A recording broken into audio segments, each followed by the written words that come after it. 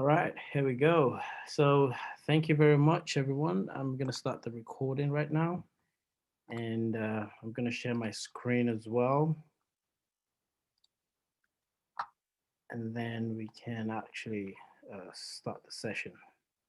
So today we are going to be talking about DevOps, everything DevOps.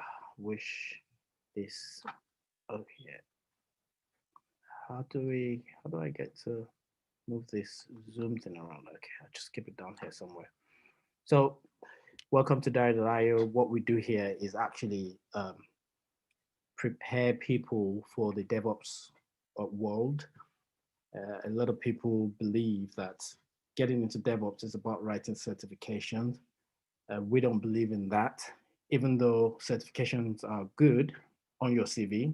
But when it comes to doing DevOps, what you need is expertise and being able to implement solutions. We believe that the more you do implement DevOps type work, the better you become at it, and the more confident you'll be able to talk about the things that you know. And that's what Dido.io stands for. We actually just go live with this website.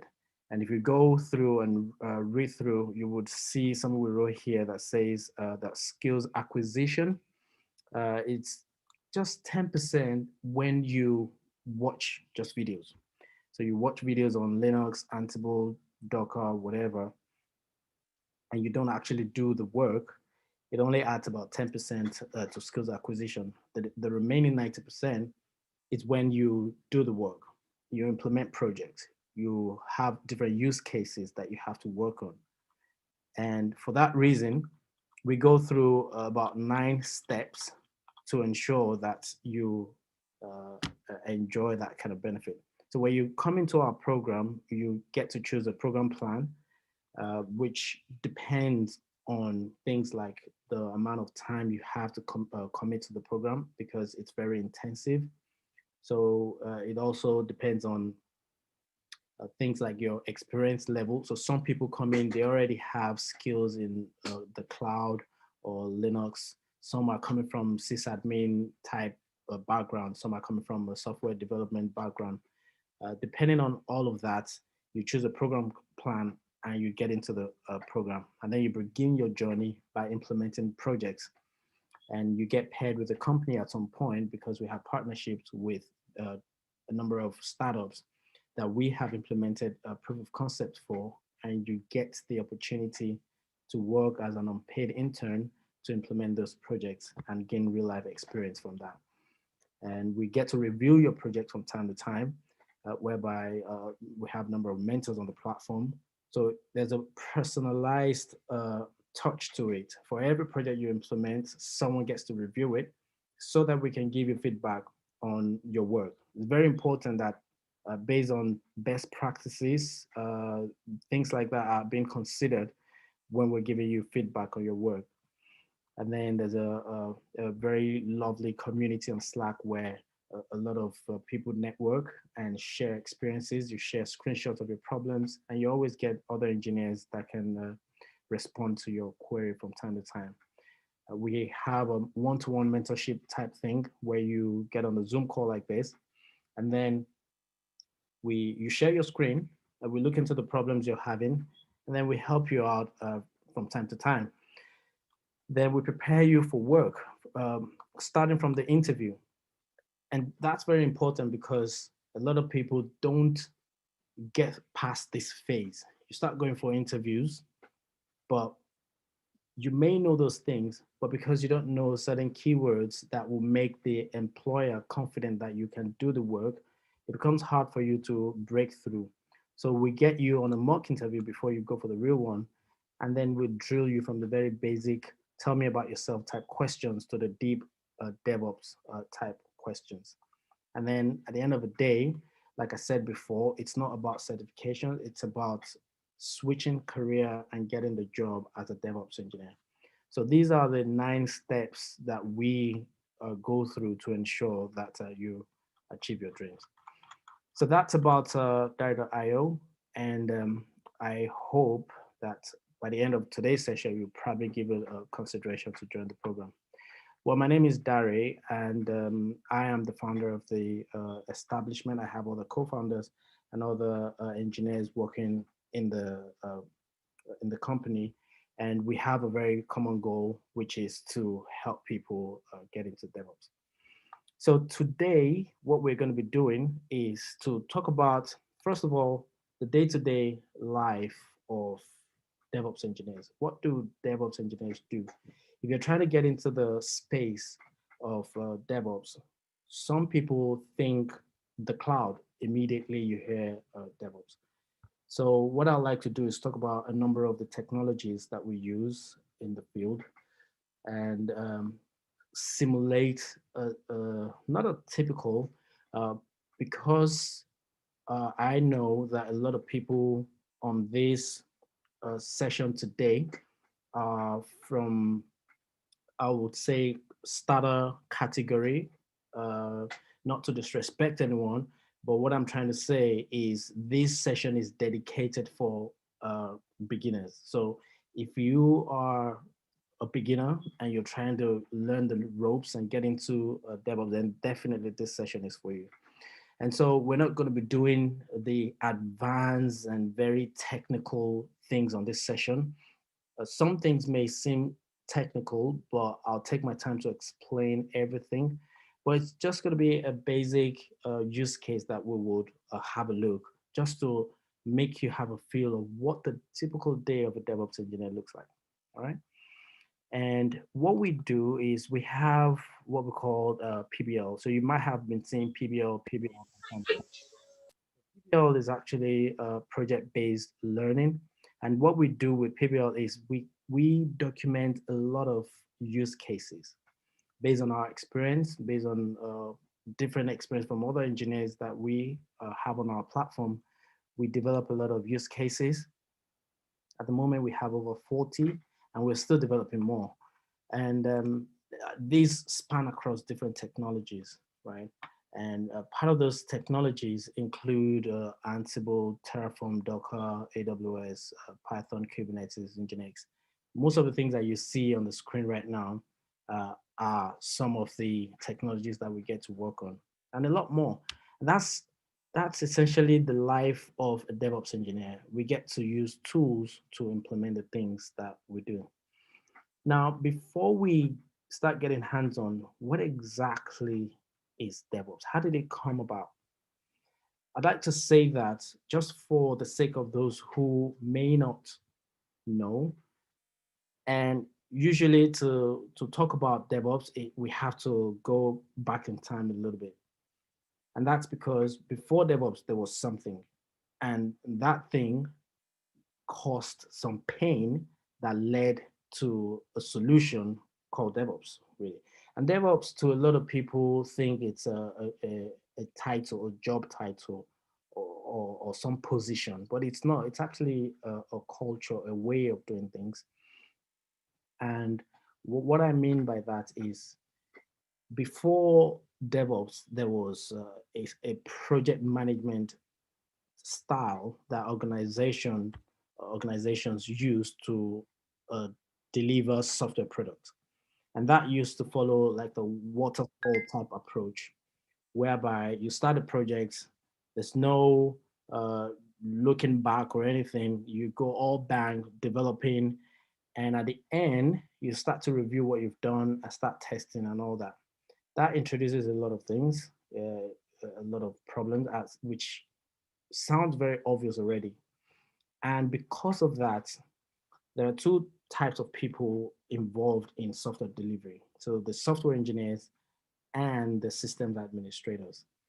So these two people tend to have loggerheads a lot of time, because the developers want to keep developing and releasing code, but bear in mind that every time there's a change to the existing code, it introduces some level of risk to the infrastructure.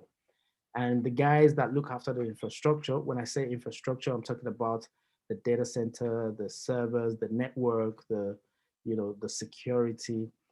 People on that other side, they are always pushing back, more like, because they don't want a change. that will cause a lot of problems to the system, render it unstable, or open it up for some security loophole. And because of that, the business, the organization, the company that owns both the developers and the sysadmin guys bears the brunt, because if they have features that needs to be shipped out to the customers, they don't get that to happen in good time. So some little change sometimes can cost the company 3, 4, 6 months. You know, apart from even releasing the change, it takes a lot of planning, testing, and all that to make it happen. So each teams work in silos. Basically, they work on their own, and at the end of the day, they say, "Hey, this is my change," and it causes all of this. So DevOps is one that has come to solve the problem there, because now both teams work together, and that's why it's called Dev and Ops. So both teams come together and then they work together. So there isn't now a case of, I don't know about your change, and for that reason, I don't trust it. And so I'm not going to allow it into the infrastructure. That isn't the case anymore. With DevOps, we're all aware of what's going on right from the start till deployment. And because of this, we can actually have a lot of release cycles multiple times, even in one day. Uh, gone, gone are those days where before you can actually release new features, it takes a lot of planning, maybe one release cycle in a month. But if you think about companies like Netflix and the big companies, Google and all that, you'd realize that they have even thousands of release per day, because they have a lot of different applications running behind the tools that they ship to their users. So this is the promise of DevOps. And for DevOps to make that happen, it means it needs a lot of tools. It needs tools to help to automate. You need tools to help secure the infrastructure, to be able to have that confidence that code is consistent and all that. So that's basically about DevOps. And the next section now, which I'm going to go into, is about talking about or beginning to show a typical day in the life of a DevOps engineer. So what I'm going to do is to just take a basic use case, one that we use in one of our projects, and that's project 9. And at this point, what actually happened, if I go to project 7, here you can see it's a little bit different, because all we have is just 3 web servers and a database server and an NFS server. I wouldn't be going deep into what NFS is and things like that, but I'll try as much as possible to make certain things very clear from a very high level perspective. But if I go into project, I think it was project 9, it has the Jenkins server, which didn't exist previously.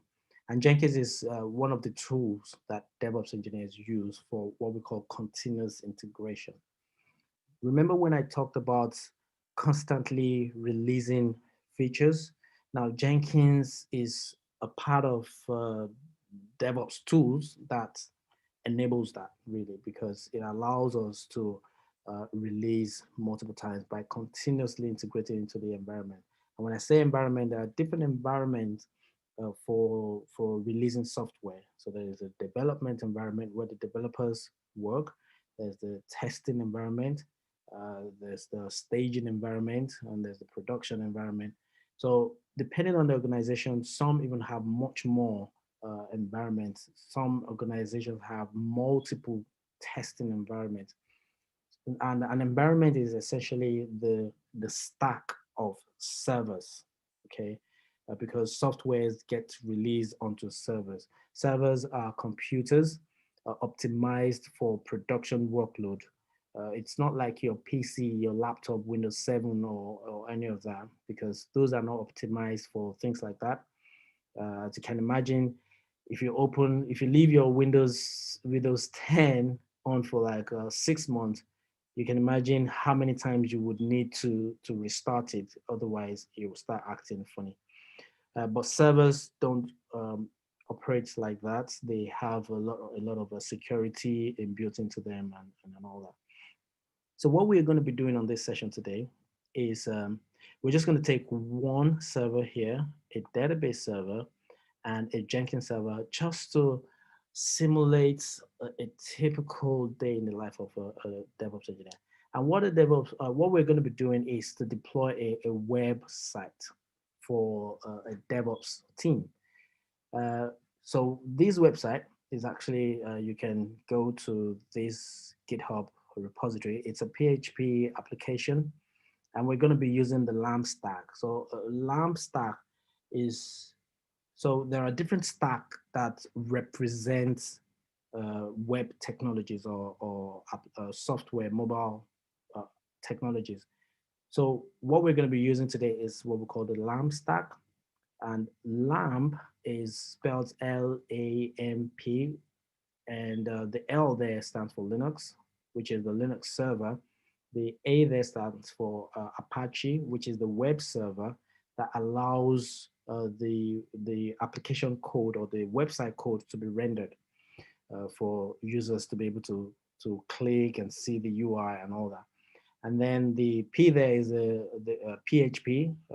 Sorry, the M there is MySQL. So we're talking about LAMP. So M is MySQL. MySQL is the backend database. So if I go back here, you can see we're talking about database server here as well. So we're going to be using MySQL database for that. And there are many relational database management systems. MySQL is just one of them. Then the P there is the PHP, which is the programming language that the code itself has been built with.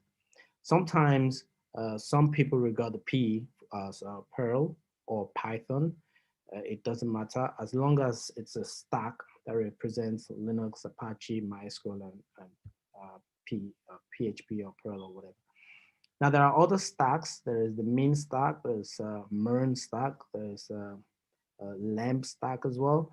And we have other projects that are that actually focus on those. I think, as you can see here, we have Mern, Min, and all that.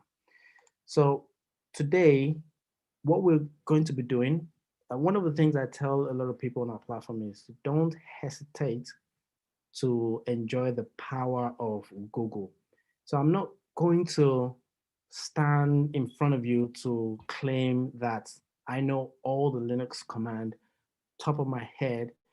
For that reason, I don't need to search online for anything. The truth is, the most experienced people, right, still use Google to solve some of the problems that they face in their day-to-day life. So there's nothing to be ashamed of with that. But what matters most is the ability to interpret what you're reading online and be able to understand that this is how to apply what I am seeing online. So I'm going to demo that for you. Whatever we're going to be doing right now, we're actually going on Google to search for information, and then we'll see if we have errors. We'll try to debug them. We'll try to solve them. We'll try to do as much as we can just to make you have that feel of what DevOps engineering is all about. So without further ado, let's get started. Now, first of all, what I'd like to do is to make use of AWS to serve as where our servers are going to be. I was actually hoping I could use VirtualBox so that I would have the servers local on my laptop. But then again, I thought, let's use AWS, because while we're doing this, I can also share the public DNS name or the public IP to you guys, and then you can actually follow along and see what's going on. So what I'm going to do is I'm going to launch new AWS instances. And by the way, AWS is Amazon Web Services, where we can have virtual machines. So if you don't know what a virtual machine is, a virtual machine is essentially a machine, a virtual computer. Okay, think about your laptop, which is physical. It has the keyboard and the monitor and everything. But having a computer that is virtual is being done by software. So it's just software making it possible, right? And the layer of software that makes that possible is called the hypervisor. So what's happened is Amazon have data center where they have big computers, and they have put these hypervisors on top of them so that users like us can go into their website and then tell Amazon, I need X number of virtual machines. And they make that available to me. And it works just like physical computers. So what we're going to do is to have a virtual machine, a Linux machine, a distribution of Linux called Ubuntu. And if you don't know what Ubuntu is, I have a couple of videos on YouTube about Linux, the history of Linux, the different kinds of the distribution, how Linux came about, and all that. So Ubuntu is just a flavor of the Linux operating system. So I think the most recent version is 21.04. I'm not sure, but the stable one, which is the long-term support one, that's why it's called LTS, is 20.04. So I'm going to be going with that. So I just hit on that. And I need something a little bit beefy. So I'm not going to go with a free tier eligible one, which is one CPU, virtual CPU, and 1 gig of RAM. What I'm going to go for, I'll go for something with the type of T2 medium that has two virtual CPUs with 4 gig of memory. So that should be enough to help us do what we want to do. So I will go to the next configuration, and there what I want is I need 3 virtual servers. What I need those 3 for, I need one for the web server, where we're going to have the Apache and the PHP application running there. We're also going to have another one for the database, where we would install MySQL, and we will have the third one that will be for Jenkins to serve as the tool for continuous integration.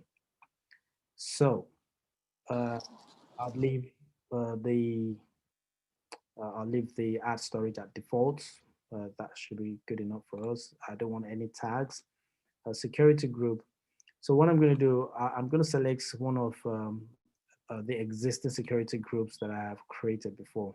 And if you look at that, what it basically has is it's opening port 80, which is HTTP to everywhere. Now this is where things start getting a little bit interesting as a DevOps engineer. You have to think about security. So you're not going to be opening up your servers to everywhere in the world. It depends on what you're trying to do. In this case, I've opened everything because this is just testing. We're trying to test things. But ideally, you have to think critically about what you're trying to do. And that's where solutions architecture sometimes come into play. Some servers, it's ideal to open them up to the world because obviously we need people to get onto the website and be able to type in maybe facebook.com or diary.io or whatever. And then all over the world, we want people to be able to access it. But that is the front end. So there are things that happen in the back end. There are things that are middleware that you don't want people to have access to because you have data getting stored there. And for a lot of compliance reasons, it's very important as well to think about that. So, but for today's demo only, I'm just opening everything up to the world. So we have the database. Ideally, this would never be the case. You would never open up your database to the world because that's where you keep your data. And TCP for, okay, this is a custom TCP rule that I've just put there because Jenkins runs on port 8080. And so I'll just carry on with this setup for now and launch my instances. So it's telling me, it's just giving me some warning that the instance I've selected is not eligible for free tier. That's okay. And you can see here, it says that my security group is open to the world, and that is not good. So that's not best practice. So this is a disclaimer right here. You have to be aware of that. Okay, so moving on. So I have a key pair. So this key pair is what we're going to need to get into our Linux machines. So there's something called SSH. It's a protocol that allows us to get connectivity into the Linux machines over a secure network. So the way it works is it has two keys. So there's a private key and there's a public key.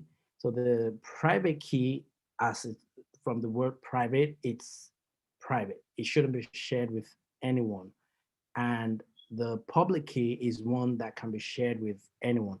So the way the protocol and the algorithm works essentially is it has the way of sending message. So one part of the channel holds the key, a pair of the key, and the other has the other pair of the key as well. So what happens is they exchange messages to each other, and one of the keys can encrypt and decrypt. So basically, if the message that is being sent between the two endpoints, if one decrypts it and it realizes that it's the same message, then it believes that you are the right person that is allowed to connect. So there's a whole lot of things going on in between that, but on a very high level, it's the most secure way to gain connectivity onto a server, because you can also use password and other methods, but you know what happens when your password gets compromised, and that's a security hole. So we're going to be using SSH to connect, and because I already have a copy of the private key downloaded, if I didn't have it, I would have selected create a new pair so that I can get that downloaded. So I would proceed with this so we can start launching our instances.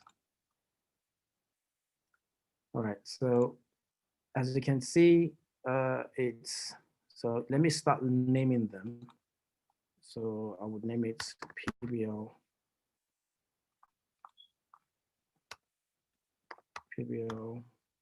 let's database. Okay, it doesn't want me to use, oops, what's going on?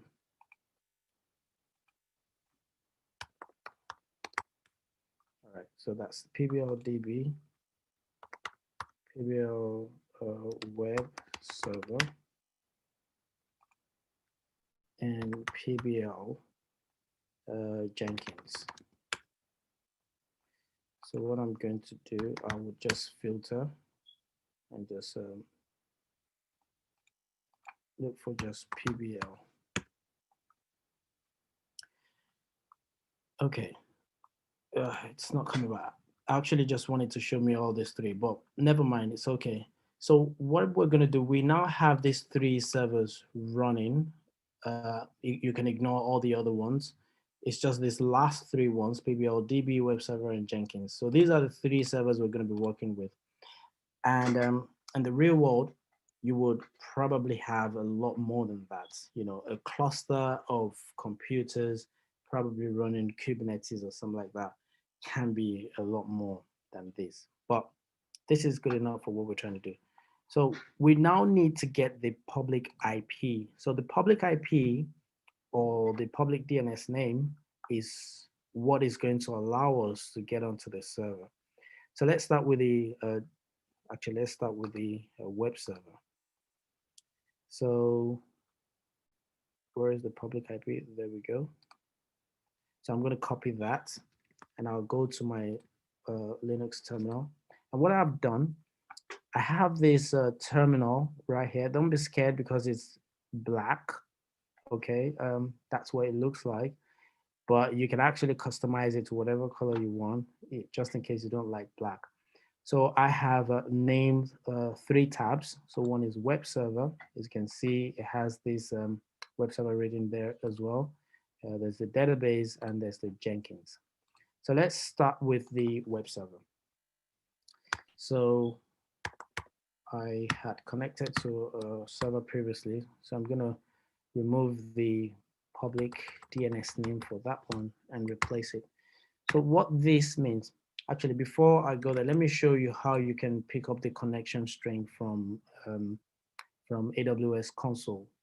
So if you select the server you want to connect to, and you click on Actions and click on Connect, and you go to SSH client, you would see it already gives you an example of how to connect to this server.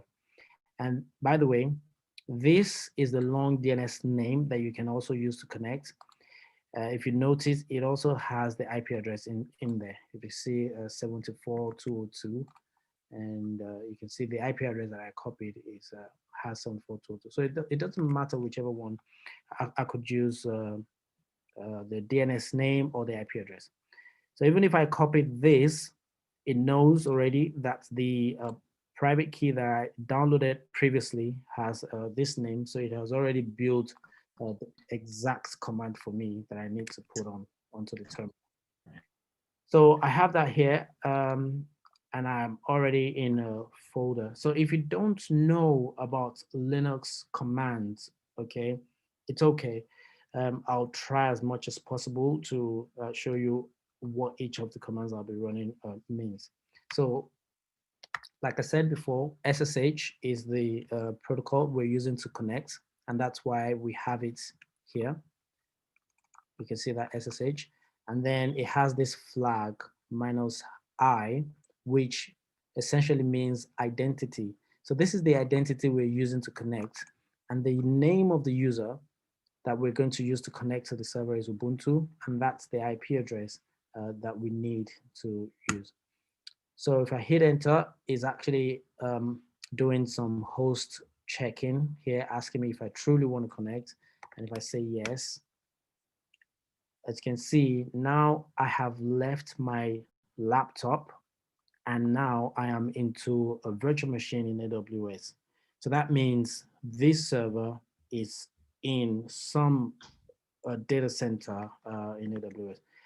If you notice, the region I selected here is London. That's because I'm in London and I'm close to one of their data centers. I don't know where exactly, but if I had selected Virginia or Ohio or California, it means that I'll be connecting to a server somewhere in those regions. All right, so now we're in the web server, but what do we actually want to do? What we want to do is to deploy this application, which is it's a tooling application for a DevOps team. And what it does is, you see those different, let me see, these different technologies that you see right here, some of them have user interface that you can use to log on to something. So for example, Jenkins has a user interface that you put your username and password to get into it. Just like what we have seen AWS. AWS, we are able to connect to it to do the things we want to do. So because there's a whole lot of technologies that DevOps teams use, some of them that have UI, what we've done is we have created a front end whereby a DevOps engineer can just go into that front end and just select whatever tool they want to go into, click on it, and then it takes them to the respective UI. So it's a very simple application or website, and we're just going to deploy that. So what's the first thing we want to do?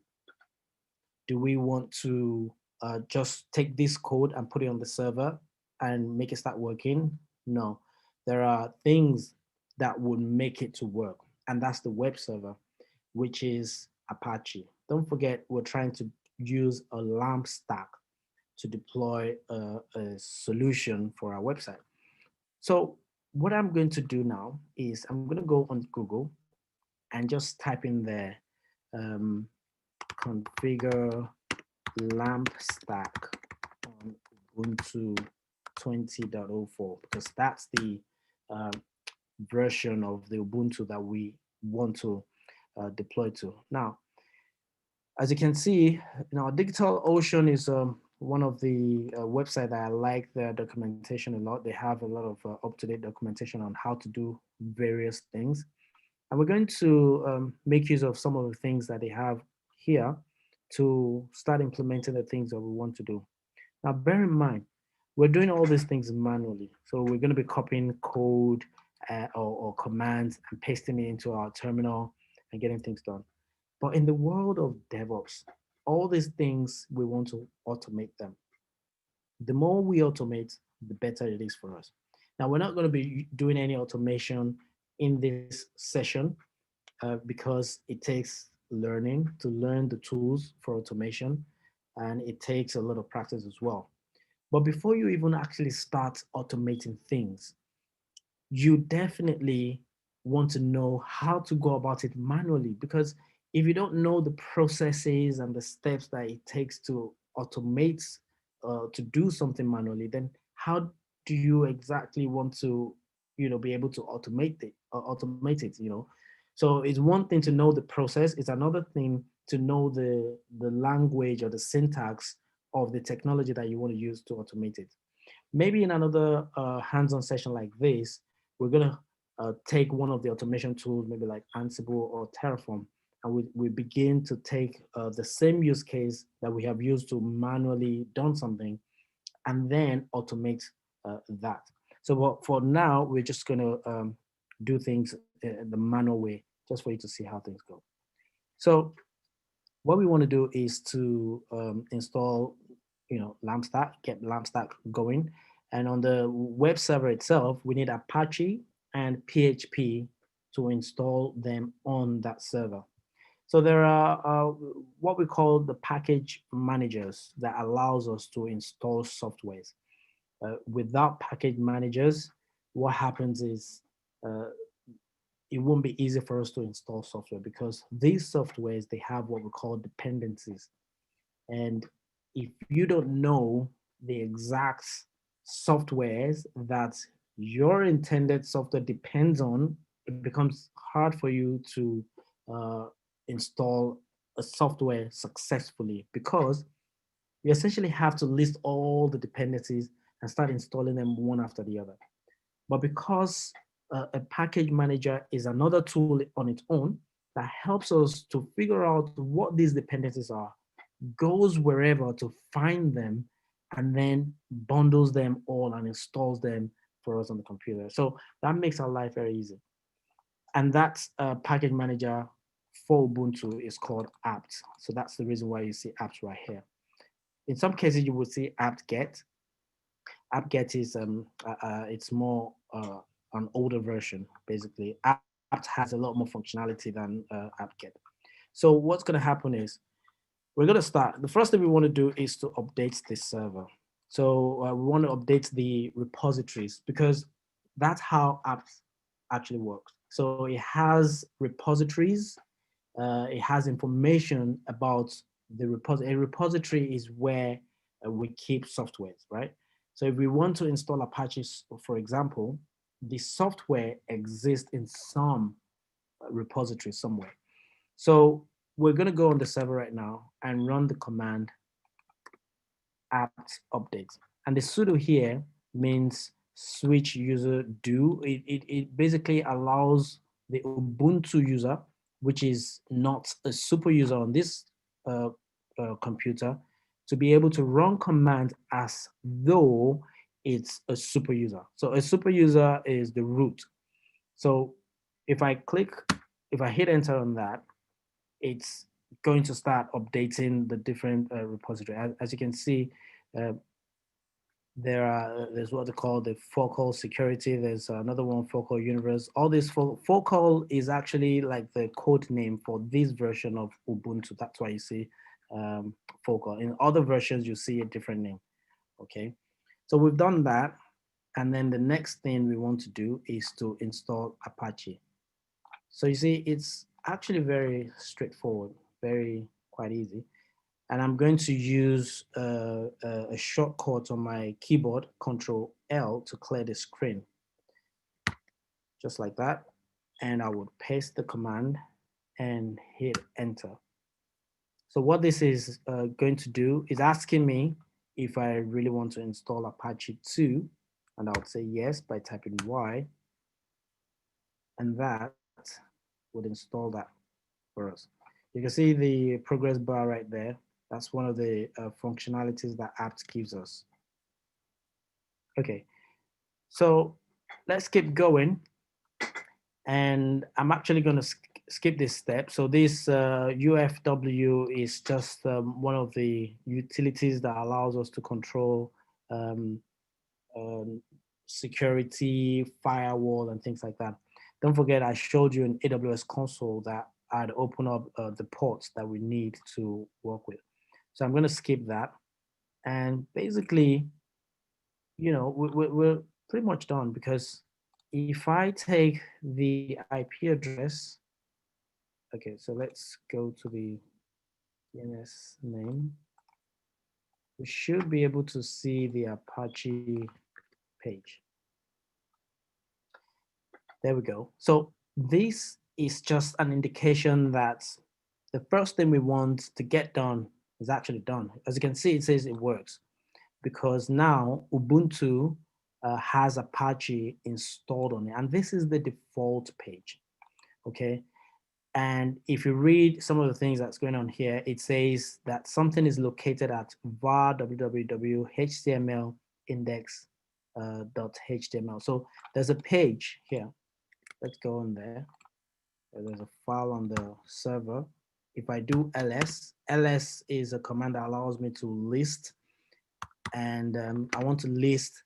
It has some flags. This is just me being used to having using these flags by default. Okay, so those flags does a number of things. Like it tells me, it gives me more information about permissions and dates and things like that. So you can ignore that really, and you can see that in the var www html, there's a file in there called index.html. If I do a less on that file, and less is a command that allows me to just have a bird's eye view of what's inside this file. If you notice what's in here, Apache 2 Ubuntu default page. If I copy that and go to this page, and what I've just done is search what I copied. As you can see, it's highlighted it. So basically, this is the file. This is the file that is being rendered on this page. And that's essentially how things work. So that means if we took this code and we deployed it into this um, folder right here within this HTML, it means we should be able to have this page. The front end for this website, it should be able to be replaced by this. So we'll see how that goes. Okay, let's keep going. So where's our documentation right there? Okay, so we have this going on, and the next thing we want to do, let's see.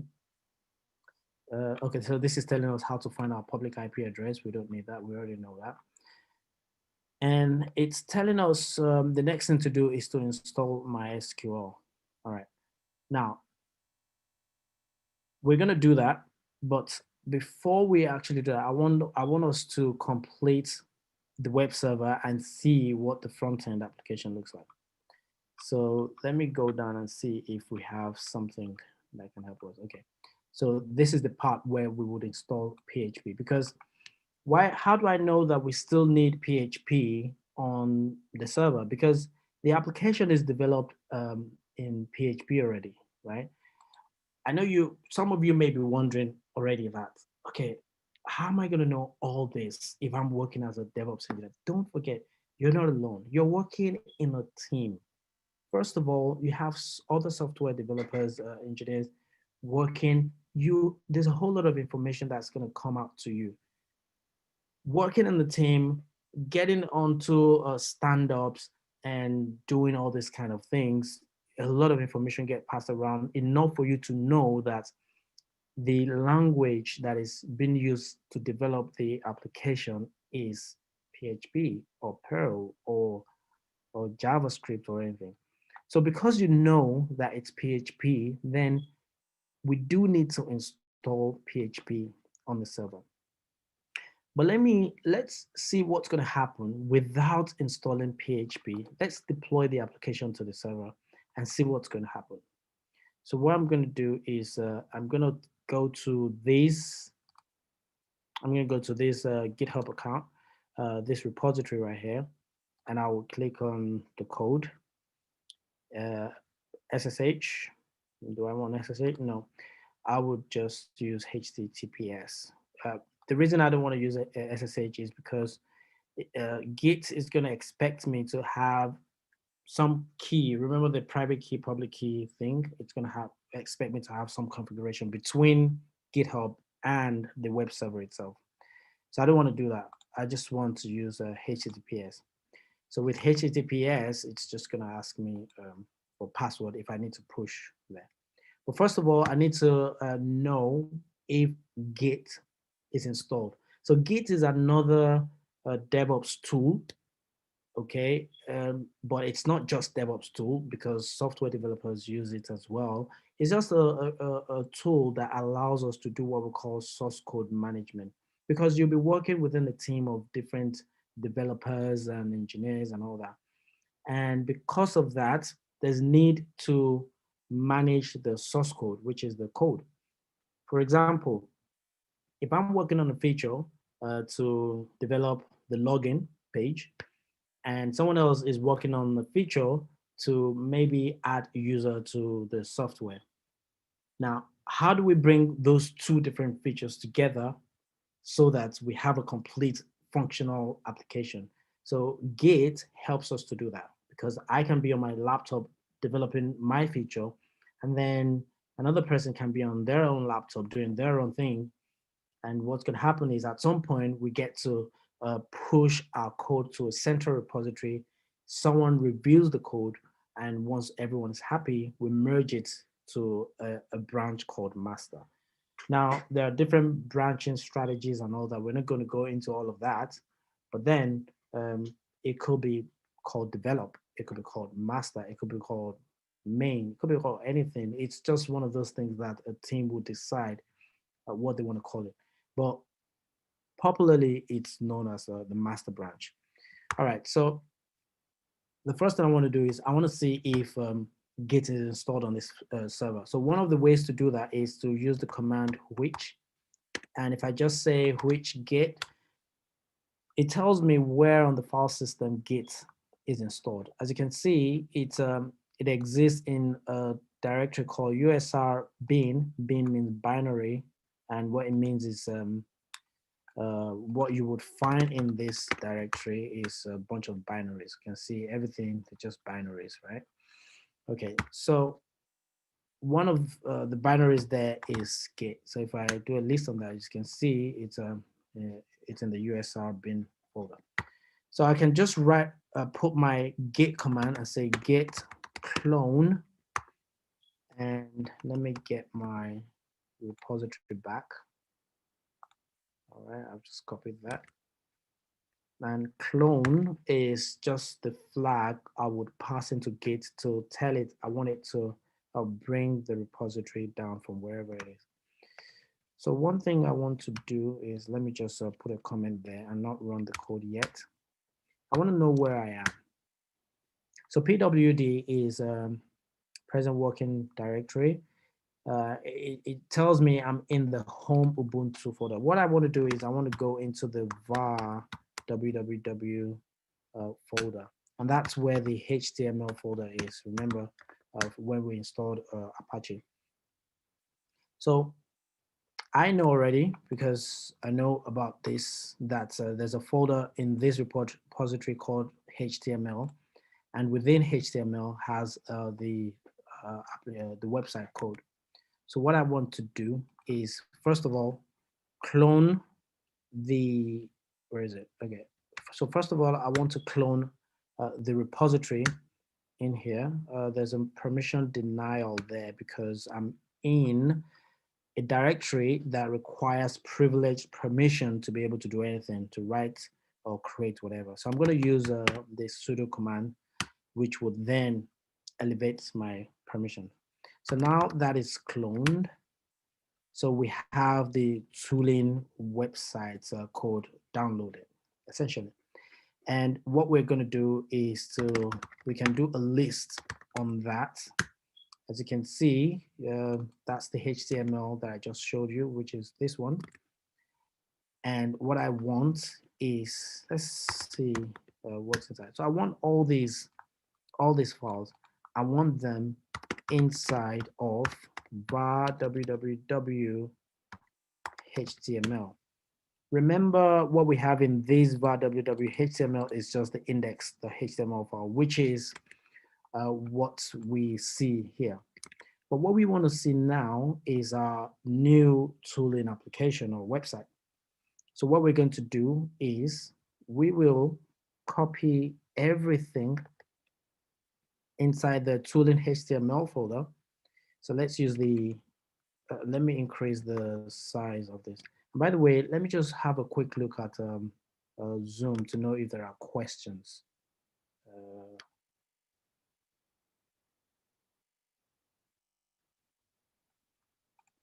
Are you kidding me? Oh, wow. I didn't realize.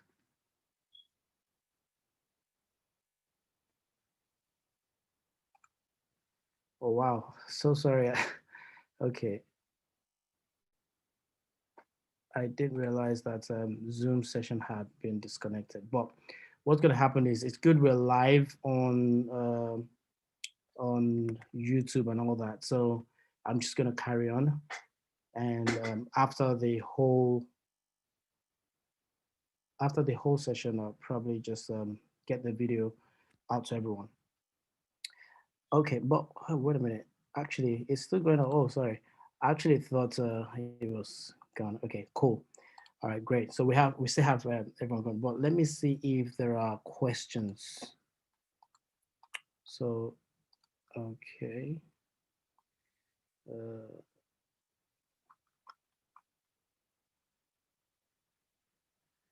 Okay, so yeah, I just wanted to know if okay, all right, thank you so much. All right, I just want to be sure that I'm still communicating. All right, brilliant. So basically what we're trying to do is to ensure that we have the tooling application, which is the code, into the folder that gives us this page, right? And don't forget, we haven't installed PHP yet. I just want to see what's going to happen with just Apache installed, right? So what we're going to do is we're going to copy everything from the tooling HTML into var www HTML. And don't forget to use sudo, otherwise it's going to throw permission saying we cannot do that. And if you notice, I've used asterisk here. The reason for that is because we're going to be copying everything. Asterisk means it's the wild card to say I want everything. And by the way, this is a directory, this img. I know it's a directory because if you look at the left-hand side, there is D here. So D stands for directory. So that's how I know it's a directory. So if I don't put a flag that says -r, it's not gonna copy everything here. It might copy this, but will still throw an error. And the reason for that is because it expects this capital R to tell it, I want you to copy everything recursively. So R there means recursive. Okay, so what's going to happen is, let's see what's going to happen. All right. It doesn't show anything, but trust me, something did happen. So I'm going to list what's in there. And as you can see, remember the index HTML is still there, but now we have all the tooling website code. Okay, let's go ahead and refresh this page and see what happens. So I'm actually refreshing, but nothing is happening. Nothing is happening. So this is one of the things that you get to deal with as a DevOps engineer. You deploy things, it doesn't work the way you want it, but then you have to now start finding solution. Like, what do I have to do? How do I ensure this thing is going to work? Or, so many things you can do, but some of the things you just have to know them. So you have to know, for example, how Apache works, and that's where watching videos to learn certain things come in, because they all have their own side of things. Remember I said 10% watching videos, 90% doing things. When you watch videos on certain things, watch videos on Linux, it tells you about the commands, how to use the command, what it stands for and all that. And then you watch about Terraform or whatever, you know those things. But then when you start doing them, it just makes a lot of sense, right? So now, the reason nothing is happening is because there's a file we need to update. And that file, what it basically means is, by default, it's still reading this file. And there's another file called index.php, which we actually expect it to read. But it's not, it's still reading this one. So I know about that file. So I'm just going to, I have it copied already. So I'm just going to copy it here. And I would say sudo, oops. And if you look at this, it says in the directory index. Look at the first thing that is showing up here. It's the index.html, right? So look at where the index.php is. So it's looking at it in this order. Let's assume that we delete index.html from the var www.html folder. If we deleted that file, what it would do is it would look for this other one. If it doesn't find it, it looks for this one. If it doesn't find it, then it looks for that. And if it finds this, then it renders that file. So that's what's going on. So what I'm going to do is I'm going to remove this. Let me show you quickly how to use VI. So VI or Vim is an editor on the terminal. As you can see, everything is black. We don't know, we don't have something to click or right click or to save or save as or whatever. So we need a tool that would allow us to be able to navigate the file system, to be able to make changes to files. So VI or Vim is what is used for that. Now there are other tools. There's another one called Nano. It all comes down to preference. So no one is going to ask you at interview and say how, or ask you questions about Vim or VI, for example. And if you don't know Vim and you know Nano, then they'll say, "Oh, we're not giving you a job." That's never going to happen. So it's entirely a matter of preference. So I use VI. If you're comfortable with Nano, then by all means go ahead and learn how to use Nano. So I'm gonna delete this. Oh, keep forgetting. Okay, what I wanted to show you is how I make changes here. So the first thing you do is to press I to get into the insert mode. You can see right here, it already shows me insert. So that's the telling I want to start making changes to this file. So by pressing I, it makes it triggers that insert mode. Then I can start making changes. As you can see, now I'm making changes, okay? And then I can navigate all the way there and then type what I want, index.php space. So it's time to save it. So what I'm gonna do to save it, I would hit the escape. As you can see with that, the insert is gone by just typing or hitting the escape button on the keyboard. And then if I hit the colon, okay, because with the colon, there are different things I can type now that Vim will know what I'm trying to do. So what I want to do is I want to write now. So I'll type a W, and then I'm going to type Q for quit. So I'm going to quit and write at the same time. If I didn't put W it's essentially just going to quit and it wouldn't save my change. Okay. If I hit enter, then it saves the file. If I use less, we have used less previously. So let's use less now. Now you see the changes there. So index.php is there, and yeah, every other thing remains there. So I'm going to use Q to get out of the less. Q, yeah, that's taking us back to the terminal. And what's going to happen, sorry about that. So the video was rendering, but we'll take care of that afterwards. So what's going to happen now is, let's go back to the UI and see if there's any change whatsoever. So I'm refreshing, but still nothing is happening, right? I keep refreshing, nothing is happening. So what that means is, every time you make configuration change, there's need to reload or to restart the service. Now, there's difference between a process and a service, okay? So bear that in mind. I'm not going to go deep into all of that. I've got YouTube videos on Linux, and there's so many content out there on Udemy and all that that you can learn about these things. But on a high level, a service is essentially a process that is running continuously, right? So now Apache is running as a service, and the service is running the process that is doing the work, okay? Now, we need to tell it that now we have a configuration change.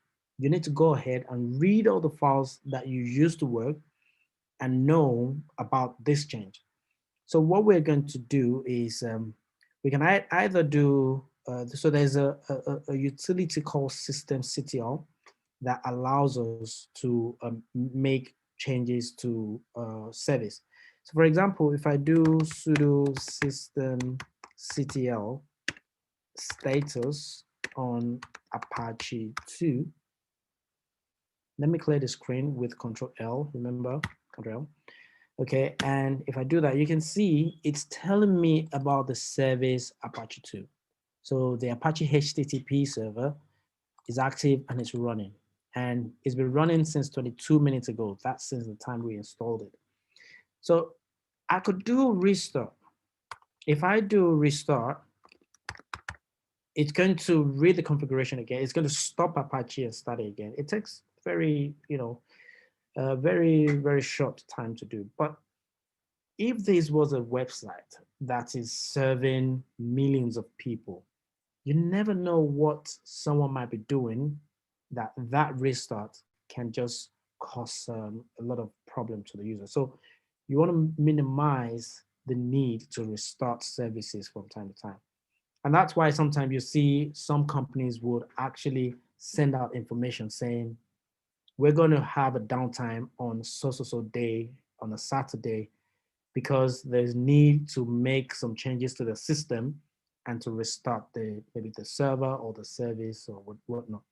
But there's a way we can actually read configuration without actually having to restart the service.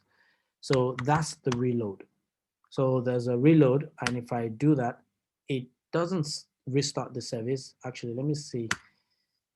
As you can see, it still shows 23 minutes ago. I just ran the status again. So that means the service was not restarted. Now let's see if, I hope this is gonna work. Oh, brilliant. So now we have something, okay? So what we have is just the configuration file. Sorry, not the configuration file. This is not a configuration file, I beg your pardon. This is actually the website file. Is PHP. It's not the best code rating, but shout out to one of the developers on our program who actually wrote this file. But it's not what we want to see. We actually want to see a UI, okay? And that's where PHP is missing. because this is written in PHP. You can see the extension is PHP, functions.php. That's the name of the file it's actually including and trying to read. Apache has done its job, which is to render it on a web browser like this. But then it's not doing what it's supposed to do. So that's why we now need to install PHP. And the reason I had to take the pain to show you all of this is so that you know that all these little changes are actually not little. They mean a lot. And that's where sometimes when I said developers and system engineer guys, you know, they frown a lot about the changes into the systems. All right, so going back to the server, let's now install PHP. So this is PHP to be installed. These are other modules used by PHP. And this is another, I would say maybe a module, I'm not sure, but it's like maybe a plugin, okay, that allows PHP to be able to connect to MySQL. Don't forget, we still have the other tier, which is the database that we need to connect to. So we're going to install all that, and it's telling us it's going to use 18.5 MB. Okay, and then we carry on with that. So this is taking a little bit more time. That's okay because it's installing quite a number of things. It looks like it's done. All right, cool. Let's see if there's going to be a change. Oh, wow, that looks good. So actually, the UI looks much better than this, but I don't know why it's not showing the actual thing. But this looks good. We're even seeing connected. Oh, okay, that's probably good. Now, maybe the reason it's not showing everything is probably because it's still not yet connected to the database because we haven't configured the database. Don't forget, applications have to connect to database because, say, for example, I want to log in. The default username and password is admin, and you see it's coming back with some error. Okay, now this is not the best error because this application is not deployed for any live use or anything. Ideally, it should give us a better error, but I know that because it's not connected to the database, that's the reason it's giving us all this. Okay, so let's proceed and now get the application and the database working together.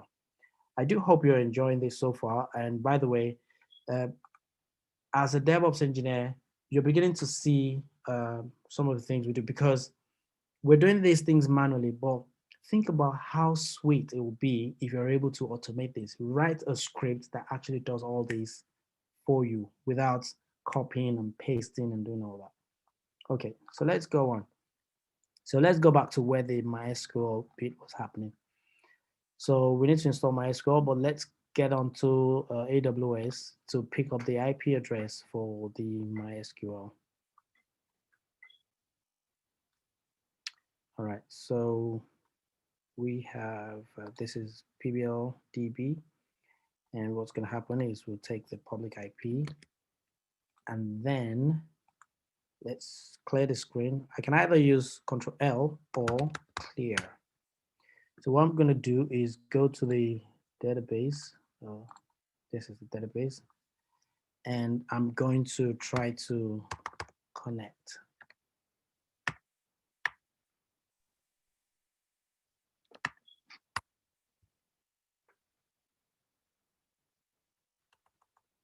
All right, so let's put the IP address. This may not work because I don't think I'm in the, actually it will, I'm there. Okay, there we go. Brilliant. So we are now connected to the virtual machine in AWS, serving the purpose of database for us. So the first thing we want to do is to update. Yeah, let's do that first. So sudo apt update. Remember we did that first, and we're doing that again. And going by the documentation, we're going to install MySQL.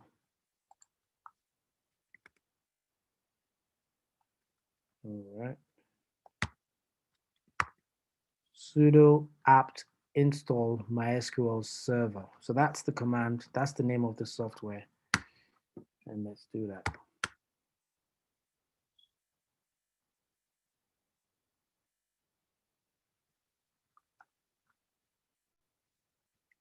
Let's see what the next thing is. And after we've done that, there's a way we configure MySQL database, because everything we think about security, and there's something we call that is called sudo MySQL secure installation. So it's just a way to get the configuration for security done for MySQL. That's where you set the what's it called now, the complexity, how complex you want the passwords to be when you're creating users and doing things like that. But we're not going to do that because we don't want any complex password for this. This is just for learning purpose. Database engines are heavy software, so that's why it's taking a little bit more time than it took Apache to install. So let's just give it some time.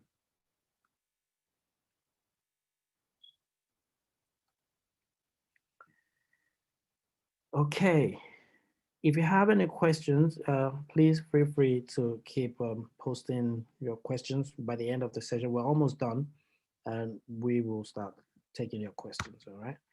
So what we want to do, I have pasted the sudo MySQL secure installation. Now this is going to ask a few questions, and it's asking me if I want this component of password validation and all that. I don't want that because this is for testing, like I said. So I'm just going to type in N. As you can see, it says any other key for no. And what password do we want for the root user? So this is going to help us set the root user password. I'm going to set a password, something very complex, and remove anonymous users. So with MySQL, it comes by default with the user called anonymous. Now, I don't really know much about why that is the case. I'm sure there's reasons for it. Maybe database administrators will be able to tell us that. But we're DevOps engineers, so we don't really care too much about things like that. So do I want anonymous users? No, just type no. Disallow root login remotely. So that what this means is root user, just like I said that Linux has the super user called root, okay? Because this concept actually confuses a lot of people. When you have a database engine installed on a server, all right? The database engine sometimes is referred to as the database server. Then there is the Linux server. Now, Linux server has the root user. MySQL also has the root user, and they're both called root. So don't get it confused. When you're trying to log on to a server, as the Linux server is different when you're trying to log on directly into a database engine as the root user. Anyway, I'll get to show you more about this, but I know it's a little bit confusing thing, but it's actually very straightforward. So what this is asking us is this. It says to disallow root login remotely. Now, let's say this is a web server. Let's assume that we have MySQL client installed on this web server. The difference between clients and server is that the server has the engine, all right? So if I say MySQL server, it has the engine that makes database work. The MySQL client is a component of the software that doesn't have the engine. All it's able to do is to connect to the engine remotely. The engine itself could be on another server completely. So let's assume we have the client installed on the web server. We can actually run a command like MySQL -u means user. And let's assume the name of the user is, in this case, let's say root, because we're actually talking about root. And then I type in the -p to say password. Okay, if I hit enter, this is going to fail because we don't have MySQL clients installed here. But let's assume we have it installed, and I hit enter. It's going to ask me for password, and if I put the password, it's going to try to connect to a local engine. This command would assume that the MySQL engine is installed on this server, which is the web server. If I want to connect to another engine somewhere else, I would use the -h flag. Then I'll put the IP address, maybe something like this. So this is going to say connect to a remote engine as root.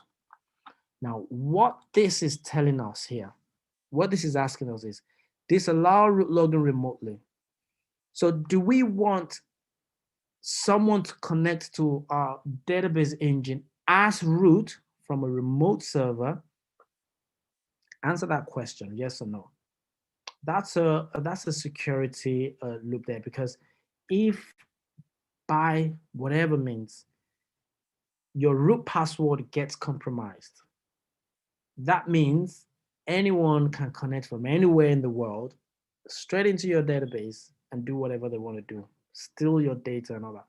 So it's best practice to actually say no, because the only time I want someone to be able to connect to this server, this engine as root, is you need to get onto that server physically, or remotely log onto this Linux server itself first. Once you gain access to the Linux server that has a database engine, then you can log in as root onto that server. It's more secure that way. So I had to take my time to explain that to you because it's a little bit confusing concept for some people.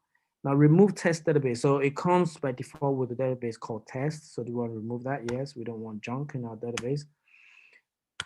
And yeah, everything is set. So it's asking me, do you want to reload privilege tables now? Yes. And everything is done, all done. Okay. So let's go back to our documentation and see what happens. So all of that has happened.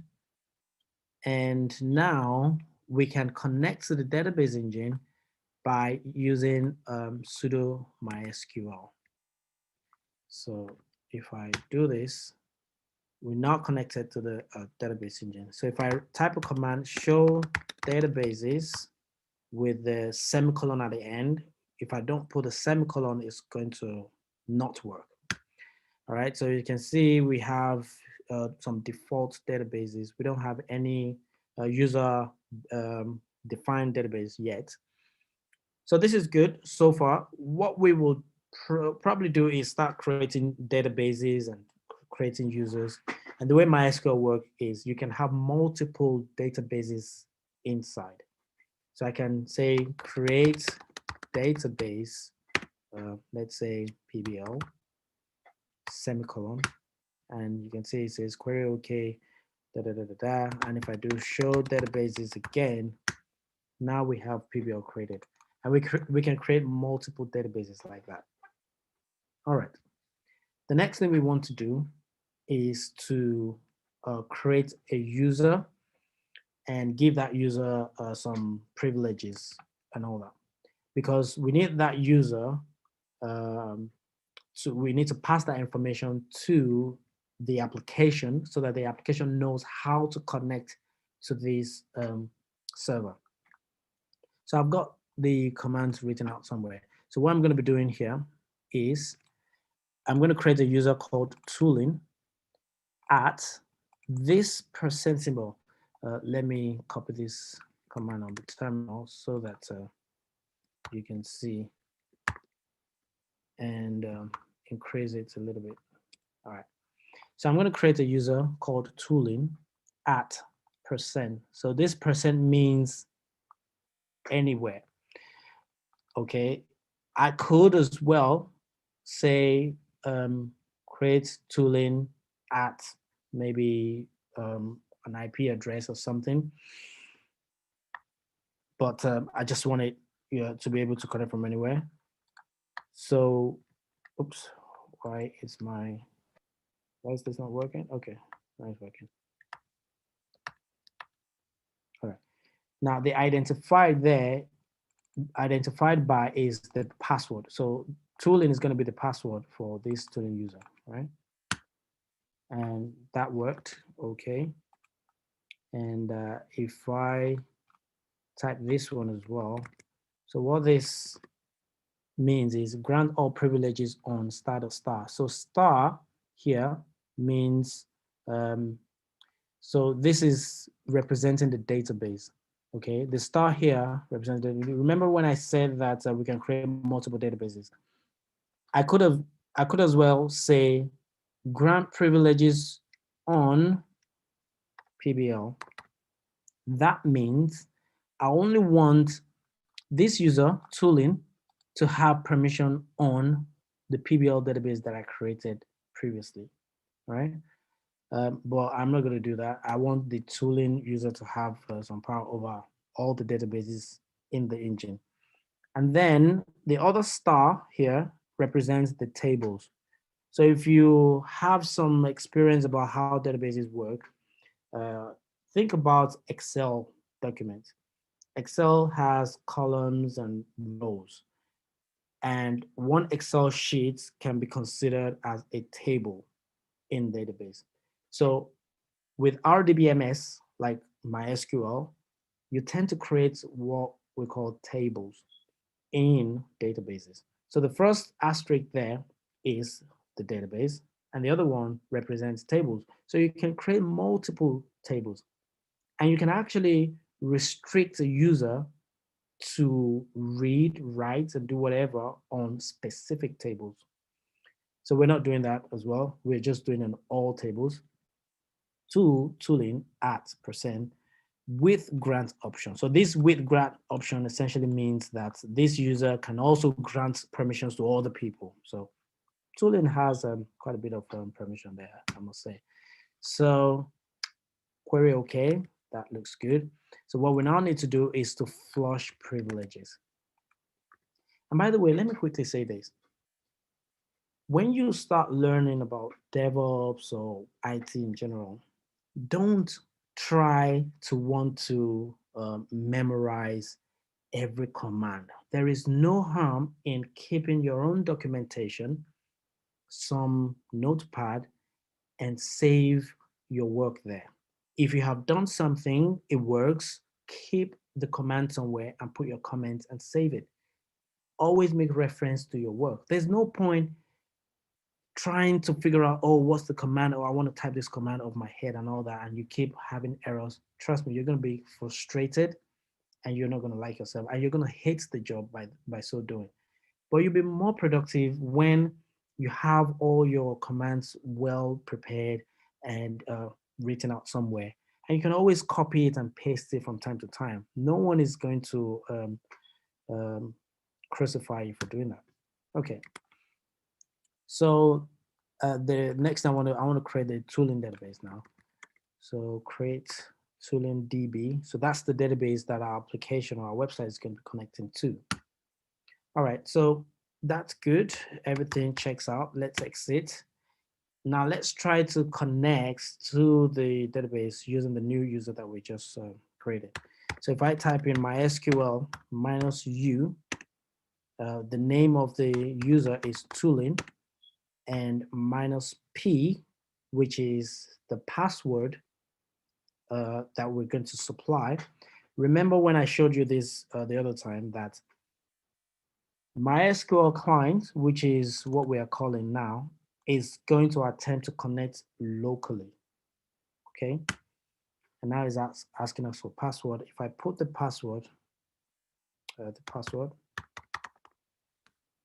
now it connected nicely. And if I do show databases with a semicolon, you can see the tooling DB is there. If I want to switch into this database, all I have to do is type in, let me expand this a little bit so you can see. I just have to type use, I think is it use? Let me see, use tooling DB, semicolon. Oh yeah, that's it. All right, so that worked. And now what I've done is essentially I have switched into this database.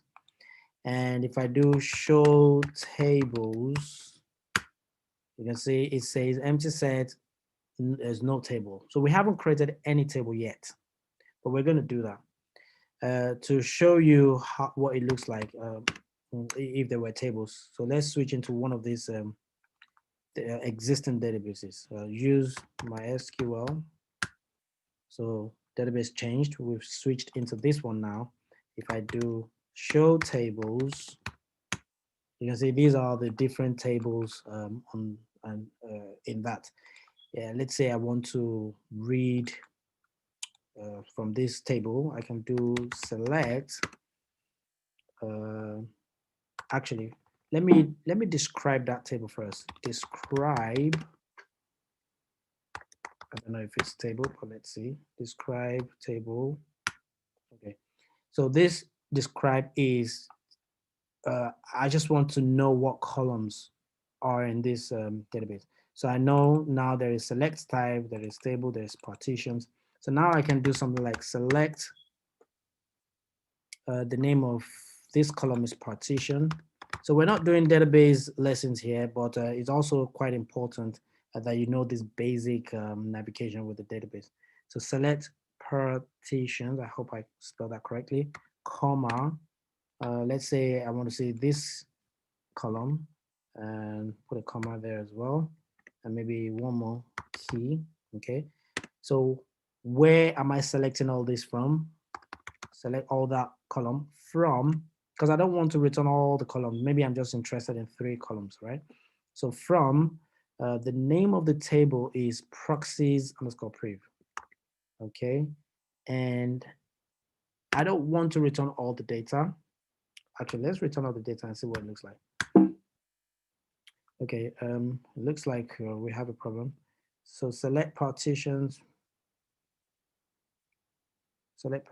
possible keys, and key from. Okay, key, there's a problem there.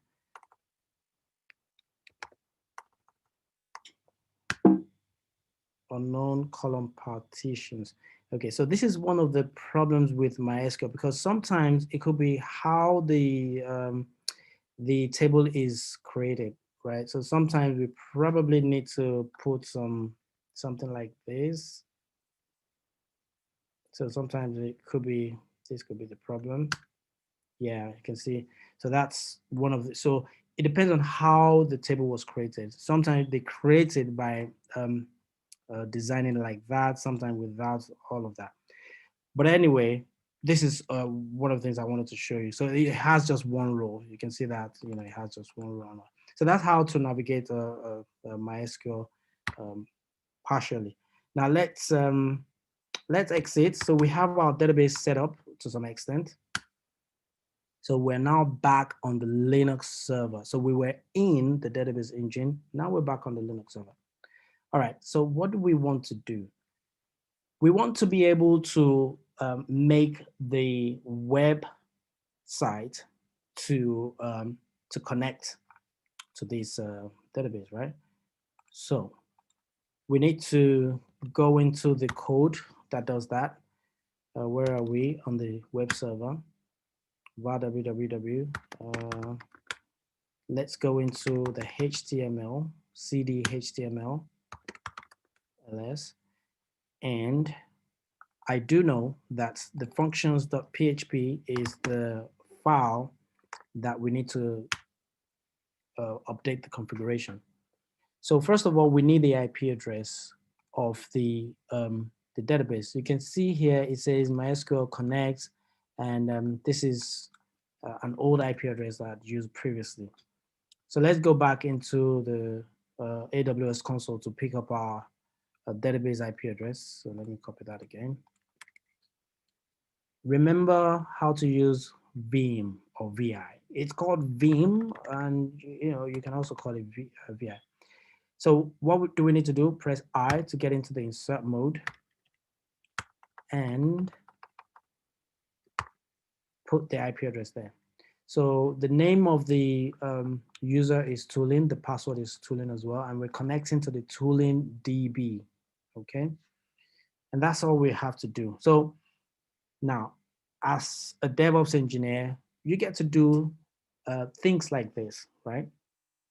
Remember, you didn't write all this code, the developers did, but you need to look after how the application is going to connect to the database. I'll tell you one of the reasons why this is also important, because the developer, they don't have access to the backend database, right? If they would have access to the one in the development environment.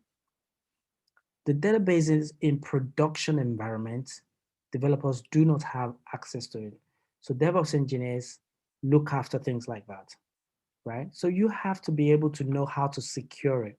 And by the way, this is not best practice, whereby the username, password, and all, you know, especially the password is being stored in the website code itself. There are ways to do these things. Okay, there's a tool called Vault, HashiCorp Vault. The password can actually be stored in there, and then there can be a function in this code that looks up that password and then puts the value in here at runtime. Okay, there are so many ways to do this. And you know, as you implement PBL projects, you know, if you get into all the advanced projects in the future, you get to get your hands on these different tools, right? Okay, so I'm going to save this. Remember, escape colon W and Q, all right, and enter. Okay, now there's a problem. The reason we have this problem is because I actually opened this file as a regular user. So I'm going to quit this. So Q is not going to save it. So that means our change is not going to be written. So if you take note of the IP address, it ends in 147. So I'm typing Q and with an exclamation mark, that would help. So I didn't use sudo. That's why we have that problem. So these are the kind of things you get to see. So sudo now, and you see the password, sorry, the IP address was not updated. So I'm gonna put that in and update that. Escape colon WQ enter. So that is updated.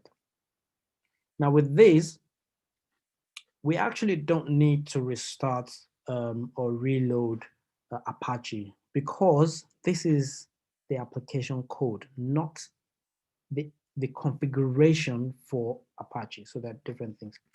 But let's see if actually there's one more thing we need to do. Now, we have updated the website to connect to the database, but we need to set up the database one more step. We've created the database, we created the user, but we haven't created the table that will hold the data. So we should have an SQL file for this. I'm surprised I can't see that here, but I do have it somewhere. Don't worry, I have it here. So let's see where that is. Okay, so I have this right here, and what I'm going to do is I'm going to go onto the database server.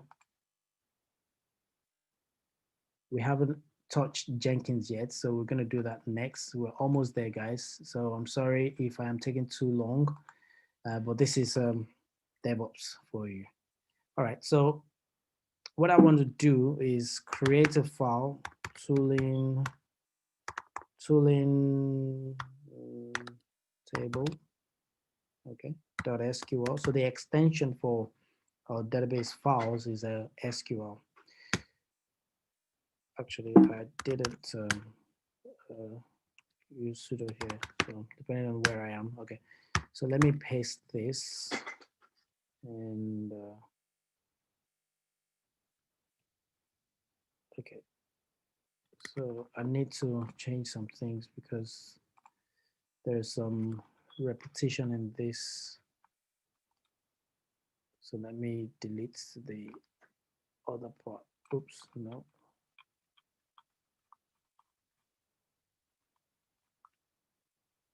One second, let me just go through the code. Yeah, I think we're good. So we have auto table. Oops. Insert. Okay, should be all right. Okay, so what this is doing, it's basically creating the table, it's calling the table users, and is inserting some dummy data into the table. And the reason for that is because we have to log on with a default admin password. So anyway, so let's see what's going to happen with this. Oops. Oh, we're in the insert mode. So sorry, escape, colon, right. Okay. So what I'm going to do is I'm going to load this SQL into tooling DB that we created, and I'll use the less than sign and specify this file. So what I'm trying to say now is I want to connect to MySQL using this user, and I want to use password as my authentication, but I want to connect directly into the tooling DB we created. And once connected, I want to run this SQL file, which is going to do something, create users and all that. So it's going to ask me for password, and that's worked. So let's connect to the database and verify that. Show databases, use tooling DB, and now show tables. Now we see it now has users, and if I do select star from users, you can see what we had in that file. So it's created the table for us. It put in some dummy data. All right, so let's exit this. All right. I guess things are looking good. So let's refresh this. Now we have a problem. Look, it says failed to connect to MySQL, connection refused. So this is another typical problems that DevOps engineers face. So you're trying to set up configuration from one server to another, and it's just not working. Connection, network, you have to think, how do I resolve this? Now, anytime you see connection refused, now there are certain things that you just know, right? When you see connection refused, it says one thing. Number one, the service is actually listening for connection. So that means MySQL is working. It's just refusing the connection. So if I didn't see connection refused, it could just keep rolling and eventually time out. If that happened, that means there was no connectivity with the server in the first place, right? But in this case, there is connectivity. It's just refusing it. So we need to know how to debug this kind of thing. There are many ways you can debug things. One, you can go into the log file of the application itself. When you do that, you can get some information. If you don't do that, you can, before you even start going on Google to start to find information, you can actually take some information from your experience and then use it, okay? And that's why PBL is very important, which is project-based learning. So you're learning by actually doing things. So let's see. Now, I know that there are some Linux commands that we can use to check connectivity and network, and but I'll show you a number, well, just one now. So what I want to know is, I want to know if, first of all, the MySQL service is running. I know it's running, but let's just see. So systemctl, we're on a database, status, MySQL. Okay, so it's definitely running. It's just refusing the connection. One of the things that we can do is to run a command called telnet. So telnet can help us to check the port of an application to know if it's actually listening on that port. Because gaining connectivity between servers, you have to think about the IP address. If there is firewall blocking access to the IP, if there is no firewall blocking the IP itself, it's possible that there are further restrictions on specific port. Now, IP and ports, think about it as a house. A house would have doors and windows. The house itself is the IP address. That's the location of the server. That's the location of the house, or maybe the address of the house. In the UK, we have a postcode. In the US, I think you have a zip code. So that zip code is probably the IP address of that house. Okay. So in the case of this server, it has the IP address, and we've been using that for a while. But there's also what we call the port. The port is the window or the door. So each window or door could have numbers. So if I get to the house and I go through the front door, which probably has a port 80, and I'm able to get in, then that means that connectivity is open. I'm able to get inside. But if I don't want to go through port 80, which is the front door, maybe I'm a thief and I want to go through the back door or the window through the back, and that has a different port number. Let's say port 29. Okay. Now, because it's not the front door, I want, in my house, if I own the house, I want everyone to come through the front door because I want to see everyone. So it's possible for me to lock every other door. So that means if anyone else wants to come through any other door, they're never going to get in. And if they do, then they have actually broken into the house. Why am I saying this? Because there's a port number that you can use to get into MySQL engine, which is 3306. Okay, so what we're going to use telnet for is we're going to use telnet to tell us if that port is actually open or not. So let's try that. So right on this server, let's say if telnet is installed in the first place. So telnet local host. So local host is we're on this server, so we don't need to put the IP address or anything. You can put the IP address, but since we're on the server, why do you want to go through the internet? So local host and then 3306 is the port number for MySQL. All right. So as you can see, it says connected to localhost, right, on this port. All right. So let's try another port. Let's say 3354 or 45. You can see it says connection refused. There's probably a service running that is supposed to be listening on this port. I don't know, but it's not allowing that, right?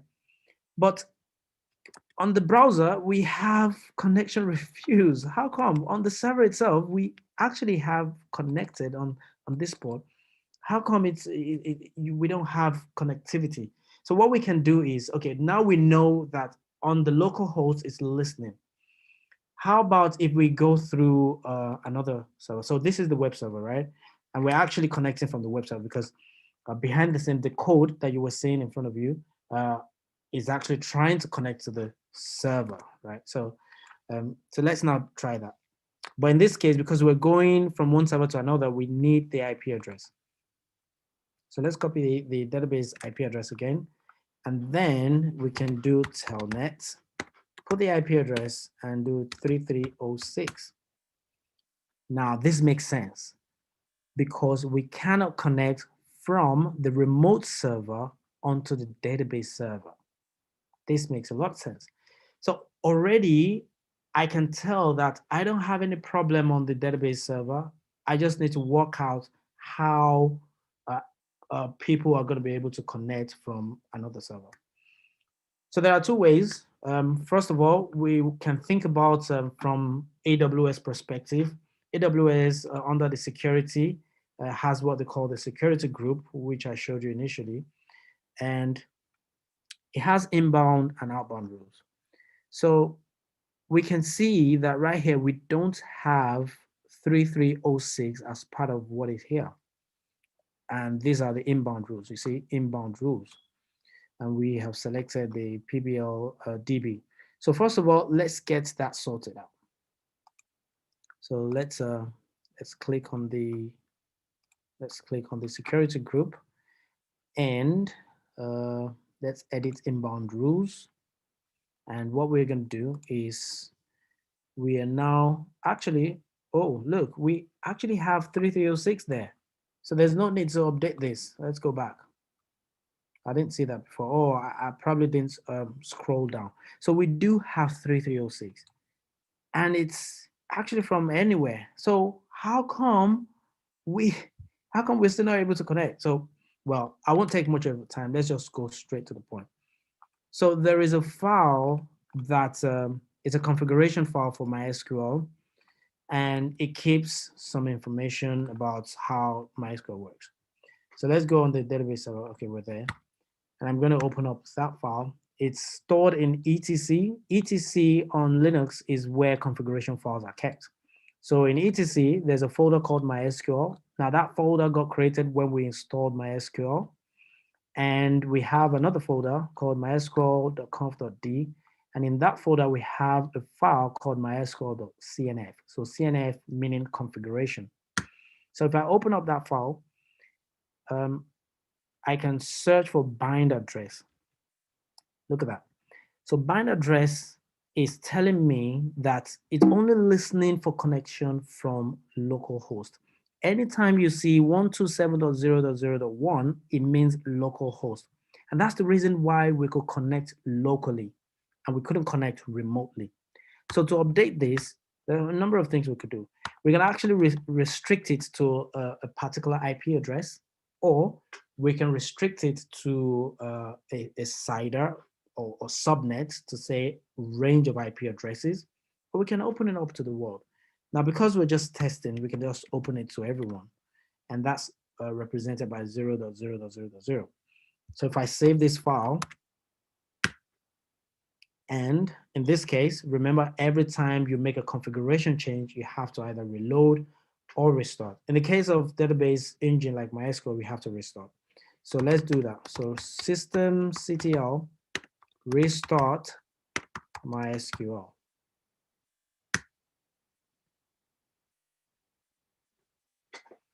And that happened very nicely. Let's check the status. And 7 seconds ago, which is good, active, running, blah, blah, blah. Good. Now let's try Telnet again on 3306. As you can see, now we're able to connect from the web server. So if we go back to our front-end UI and refresh, you can see now it's connected. Well, let's see if we're going to be able to actually connect and log on. Now, we still have a problem. Now, this problem at this point, because this is not what the UI is meant to look like, but we can spend the next, I don't know, to start troubleshooting. We can look into the logs and see.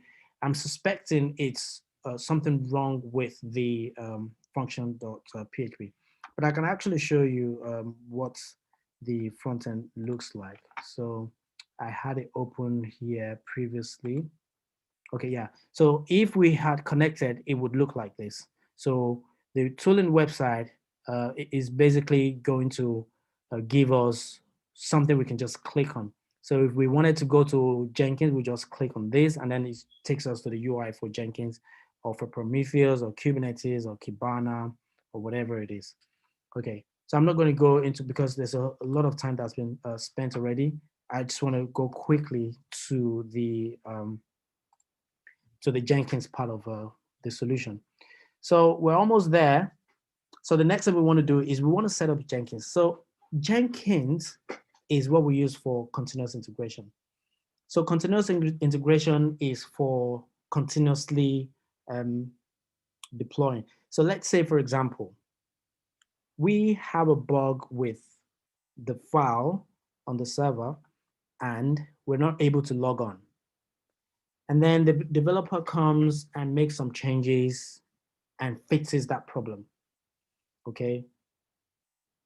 With continuous integration, that change can go straight into the server and update, and immediately the users begin to see the changes and then they're able to log in again. Okay. If we didn't have something like continuous integration, we would have a lot of manual steps to deploy the code and to make it work. So I'm going to show you a bit about how Jenkins works. So what we will do is we'll also go back to Google and say configure. Actually, we just want to install Jenkins on Ubuntu 20.04. It's very important when you are searching Google for articles that can help you with configuration.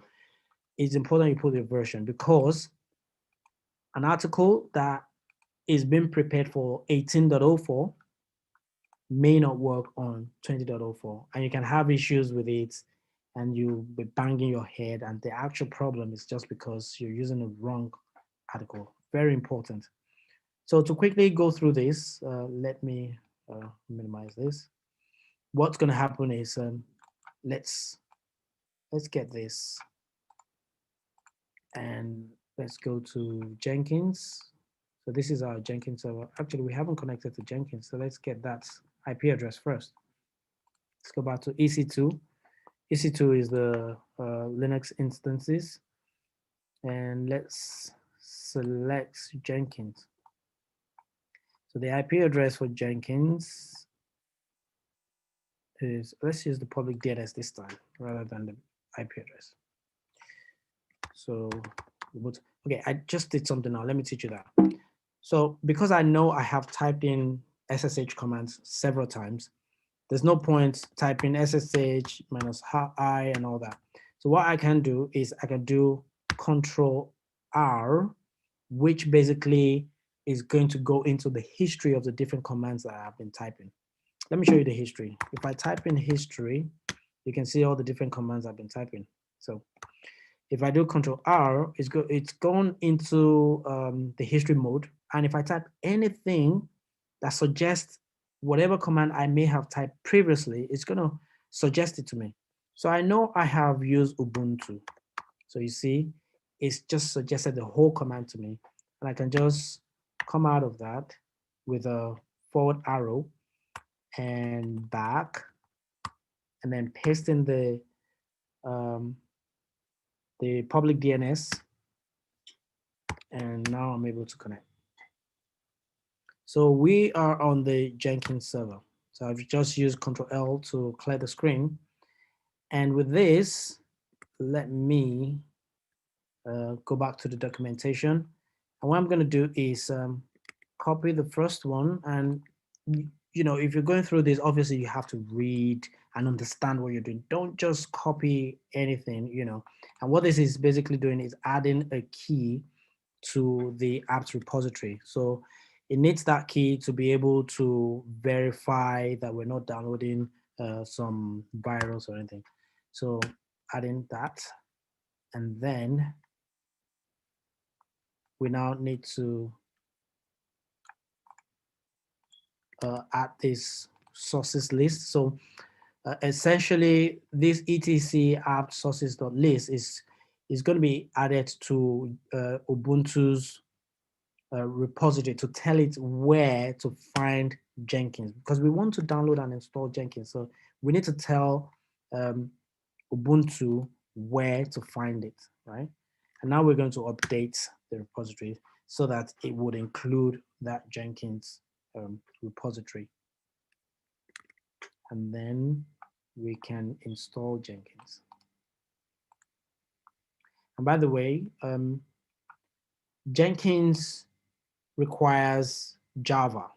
So I know this because if we attempt to install Jenkins right now, it's going to fail to start up because it needs Java to run. So what I'm going to do is I'm going to find configure Java on Ubuntu 20.04. So as you can see, most of the documentation is coming back from Digital. I really love DigitalOcean. DigitalOcean, by the way, is another, and there's no advert for this. They haven't paid me to advertise or anything, but they are also a cloud provider like AWS, but they do a great job writing a lot of documentation on how to get things done. All right, so we don't need that because we ran that already. What we want to do is we want to install Java. So there are different types of Java that can be installed. There's the commercial version and there's also the community. So we're going to install the community version, and there's a Java runtime environment. That's the JRE, and there's also the JDK. So I'm going to install both. Yes.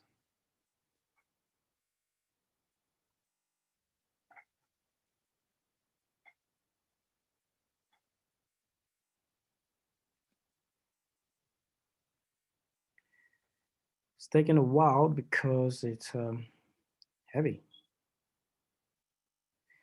While we're waiting for that, let me see if there are questions that needs to be answered.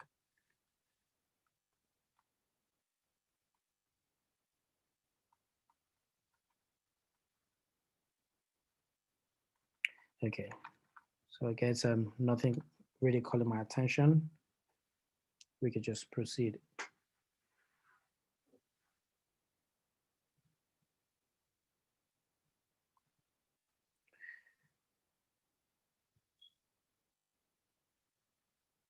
I guess we have spent almost 2 hours, so apologies for keeping you for this long. I hope it's going to be worth it. Okay, so let's put the other one.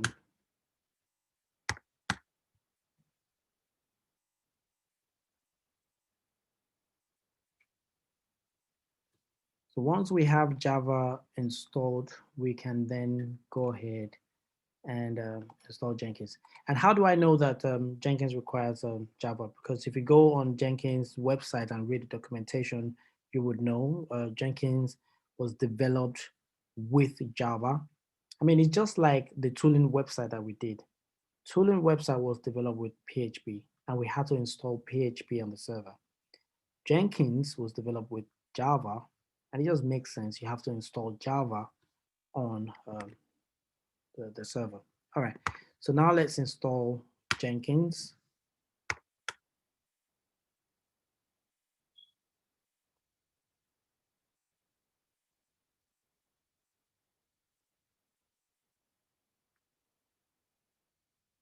All right, let's do sudo systemctl status Jenkins. So Jenkins is installed, service is running, everything looks good. So we don't need to do much. What we now need to do is to, yeah, if we go down, it says start Jenkins and all that. So what we can do is just go straight onto the web console. And because I know that Jenkins runs on port 8080, we just have that. So the way Jenkins works, it's telling us where we can find the initial password to log on. And if I copy this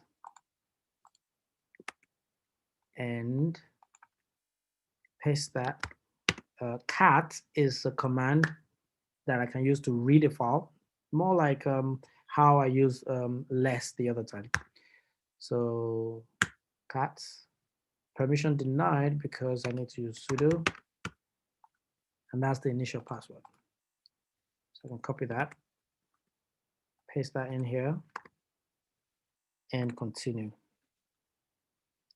So that worked, and it's asking me if I want to install suggested plugins. Yes, no problem. This is going to take a little bit of time. It's going to install plugins. So Jenkins uses plugins to do a lot of things. So we want to do continuous integration. We want to be able to build our code, to deploy it, to test it, to do all sorts of things. It needs different plugins to be able to do all of that. Jenkins on its own without plugins can't do much, but we can extend the functionality of Jenkins by installing different plugins. And we're actually going to install a plugin after these suggested ones are completed. So we're almost done. In the next 10 minutes or so, well, we'll be done, because now I just want to simulate a CI pipeline so you get to have a feel. While that is happening, let me just quickly show you something in Git. So let's go back to the tooling application in Git. Let's go to the front side. Oh yeah. All right. So now, if you notice here, you can see the master branch. Okay. So there are different branches. Remember when I was talking about different developers working on something? I can be working on a feature, someone else working on another feature. As you can see, we have a number of different branches, right? So someone was working on the regular page, review, HTML styles, feature. This is how it happens, okay? Different developers, different DevOps engineers. Eventually, we all merge approved code into master. Now, this is where continuous integration shines. One of the places it shines. Every time a developer pushes his own version of code, his branch can be built. Built meaning you can run a full pipeline on that branch. So the pipeline is going to deploy the code, build it, test it, and do whatever you asked it to do, because the pipeline will be configured by you, the DevOps engineer. So you can configure it to build, to test. You can have all manner of tests. You can have the browser test. You can have the acceptance test. You can have penetration test. I mean, different kind of test can happen. Unit test is another one. So once you run the different steps within the pipeline, and then if you're happy, you then deploy it to the respective environment. Now, Jenkins is able to build each branch apart from the master. So there is what we call the multi-branch pipeline, which is what I'm talking about. And there's the single branch pipeline as well, which is only going to build one pipeline. But the multi-branch pipeline has gained a lot of popularity recently because it just makes sense. All right, so let's just complete configuration of Jenkins.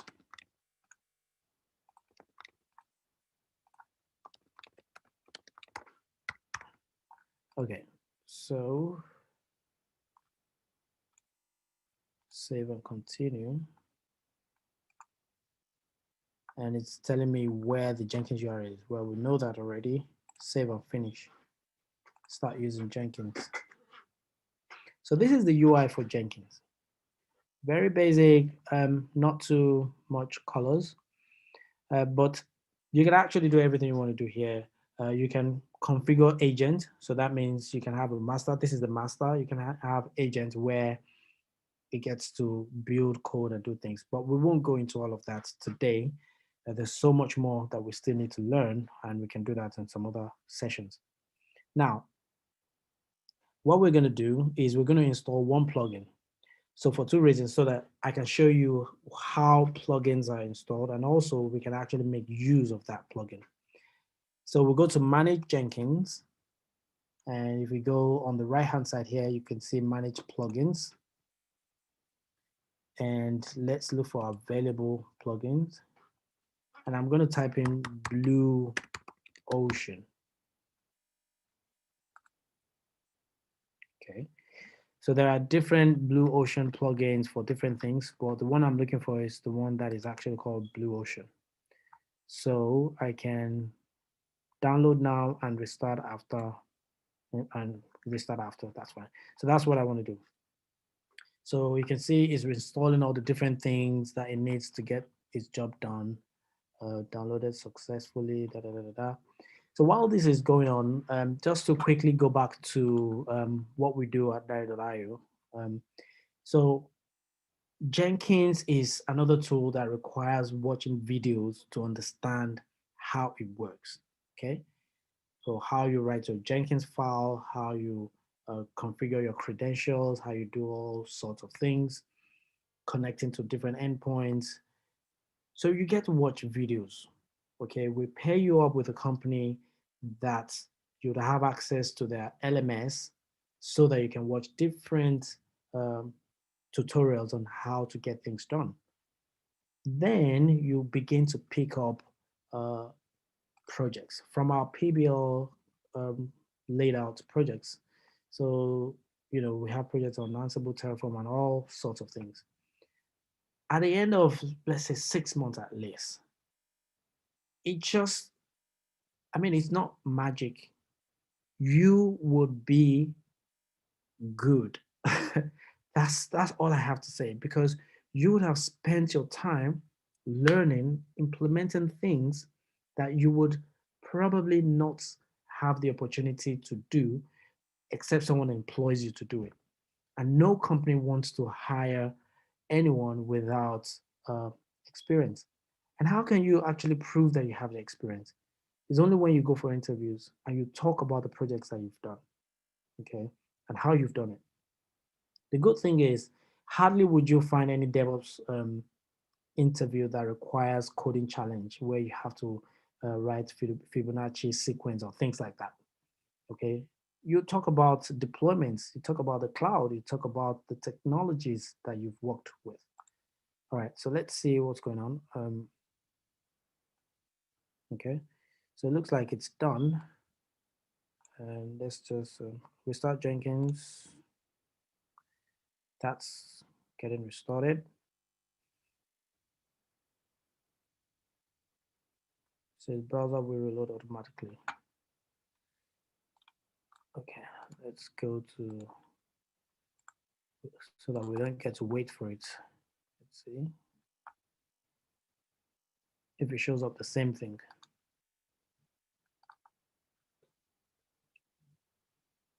So I guess Jenkins is still doing some work. Okay. Don't be tired. It's just maybe 5 more minutes because this is the last part.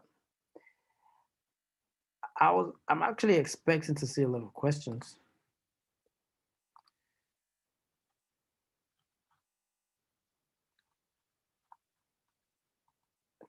Okay, there's been some discussions going on, but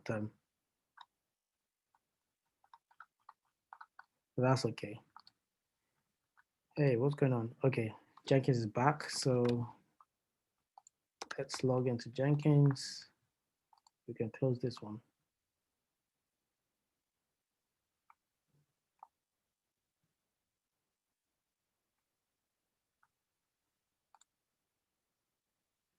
Okay, so here we go. So now we have the new plugin we just installed. So this is Blue Ocean right here. So Blue Ocean is going to make it easy for us to set up a multi-branch pipeline that I just explained. So if I click on Blue Ocean there, it has a nice UI, better than where we're coming from. And it has this prompt here, create a new pipeline. So we want to create our CI pipeline. So where is our Git repository? Where is it? Let me bring it right here. Our Git repository is in GitHub. You can see right here, that's our repository. So I'm going to select GitHub. So there are different ones. There's Bitbucket, GitHub Enterprise. If we were using GitLab, which is one of the source code repository for some of the other projects we have in the future, I would have selected that. But it's GitHub right now. So what we want to do is create an access token for Jenkins to connect to GitHub. If I click on this, it's going to prompt me to put my password in. And Let's get in. So that is there. So it's going to generate, it's going to generate a token. Let me give it a name, PBL session. That's the name I'm going to give to this token. Leave everything at default, generate token. And now I can copy this token and then go back into Jenkins, paste it, connect. So what's going to happen is now it's seeing other organizations that I belong to. I want to select Dari.io, and it's going to pull out the different repositories that we have. So I'm looking for the tooling repository. So that's it. I want to connect to it. Now I'm going to create a pipeline out of it. Now the reason I'm able to create this pipeline is because it's creating, you can see it's creating pipeline. That's because within the repository, let's go back to the repository. Where is it? There. That's because within this repository, there's a file here called Jenkins file. Okay, so this file is what Jenkins is going to look out for, and it will start building it. So I've written the file in such a way to simulate what would happen in the real world. Okay, so you would have your master branch, and then the different branches will get built. So let's see what goes on inside. So if I click on the master branch, you can see what happens is it cleans up the workspace, it builds the code, it tests the code, and it deploys it. So if a developer were to work on that repository to fix the login issue that we were having, and that change gets merged to master without touching the server, what's going to happen is Jenkins is going to build the application, test it, deploy it, and all we have to do is go to the browser, and then we'll see the change, and everything is happening fine. Now, what happens is generally, let me cancel out of here. During development, okay, developers will write features to do something, or maybe a bug fix or whatever. So let's assume this is a feature. Okay, this is a branch. If I click on that, you can see this has failed. All right. So it has failed at some test trying to do some, well, this is based on Docker. We're not talking about Docker right here today. But in some other sessions like this that we're going to have, we'll have other pipelines, we'll work with Docker, we'll work with Kubernetes, we'll do all sorts of things, right? So, but this is just to give you a feel of what it looks like when DevOps, when engineers that are doing DevOps, what they tend to do on a day-to-day basis. So you configure applications, you deploy them, you troubleshoot, you set up your pipelines, you ensure that things work fine. And that's it. This is why companies want to pay a lot to hire you to do DevOps, because you make things happen. You make magic happen. You deploy the code, everything happens fast, and users are happy. So thank you so much for getting onto this session with me. I am so excited that we have been able to learn a lot today. And we're going to be having a lot more sessions like this. And watch out for email from Dare. And anytime you get a notification, just put in your calendar and don't miss an amazing session like this. If you want to get into the program itself, feel free to reach out, send an email, dare@dare.io, or support@dare.io, or you can go to the website dare.io and just reach out to the support director there. Thank you very much, and I hope to see you again in the next session. So I'm going to stop sharing. Let me see if there are any questions. Does anybody have any question, by the way? If you have any question, feel free to unmute yourself and talk. I'll be happy to go through a couple of questions before we call it a day. Thank you. So someone is asking for the code. So what I'm going to do is, let me show you. So basically, let me tell you how the program works. So if I go to the pricing page, so basically you have the option to split your payment. Uh, uh, so let's say, for example, most people get into the program with a expectation of getting out after 6 months, right? Now you can pay monthly, okay? And the recommended plan for you is expert because that doesn't have any limitation. It covers all the projects, all the videos you get to watch, all the learning, all the one-to-one mentorship, uh, everything. And then you get to pay that every month. But if you want to get some savings, you can go onto the 6 month plan, which costs 3 grand, and then you're saving yourself $300. But if you want to go on the lower plan, then these are the prices right here. But basically, what it means is you have, so for example, you have less one-to-one mentorship. We help with resume detox and collaborative working, with real command. You can go through the features. But basically, if you need more information, you can hit the chat button on the website, or you can call, you can reach out to my email, or. So this is a end-to-end solution that helps you get into a DevOps career, and it's no joke. It is intensive. It is very well thought out, and it's very helpful. And by the way, this is our Slack community right here. So basically, in this Slack community, you can see we have over 170 people learning. And this is where we share screenshots about problems and, so many things happening here. And, some people, when they get a job, you can see 110K a year.